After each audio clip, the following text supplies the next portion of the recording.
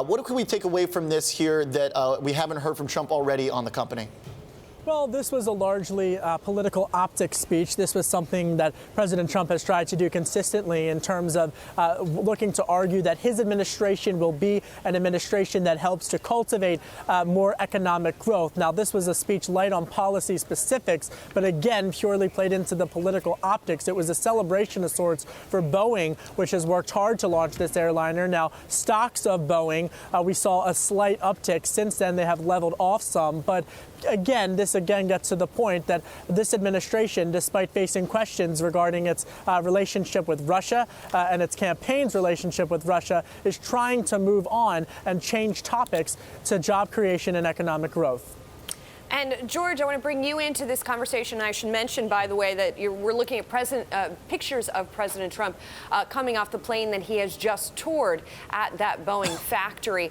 George, we've got these Boeing shares, as we've been talking about, now trading at a record. In this case, this sort of interaction with the administration has worked out well for this company.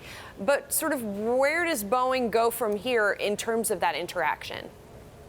I mean, I guess Boeing management is going to want to turn some of this into revenues and profits, and I think there is some opportunity at Boeing's defense businesses. There's some product there that is just a little bit less than the cutting edge in the F-35, like the F-18, which is a Boeing product, where maybe they could sell more into the U.S. government, but they're also supplying sub-hunting aircraft. They're a provider on Air Force One.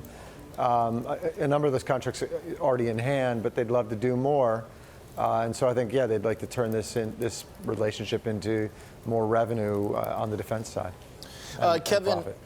Kevin, as we listened to him talking, he mentioned Dennis Muilenburg, the CEO of Boeing, and he said, Trump said, that he's a tough negotiator, and coming from the self-proclaimed, great negotiator. I thought that was kind of interesting. What do we know about what they're discussing right now in terms of prices for planes or orders for planes, or what his general sort of political strategy there is going to be in getting them involved in defense?